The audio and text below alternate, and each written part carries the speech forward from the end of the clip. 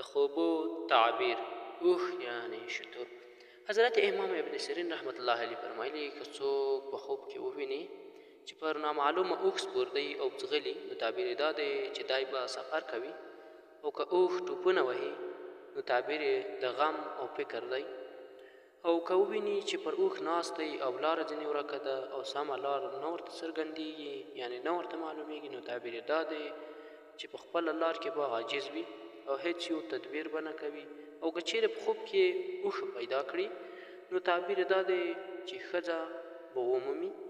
حضرت کرماني رحمت الله علیه فرمایلي چې که څوک په خوب کې وویني یو چا د اوښ ډېره غوښه ورکړې، نو تعبیر دا دی چې د غوښې په اندازه به مال ومومي، او که وویني چې اوښه ورسره خبرې کوي نو خیر به ومومي. حضرت جعفر صادق رضی الله عنه فرمایلي چې اوښه په خوب کې لیدل د لسو وجو باندې وي: اول عجمي پاچا،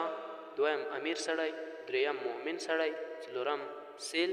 پنځم فتنه، شپږم آبادي، اووم ښځه، اتم حج، نهم نعمت، لسم مال.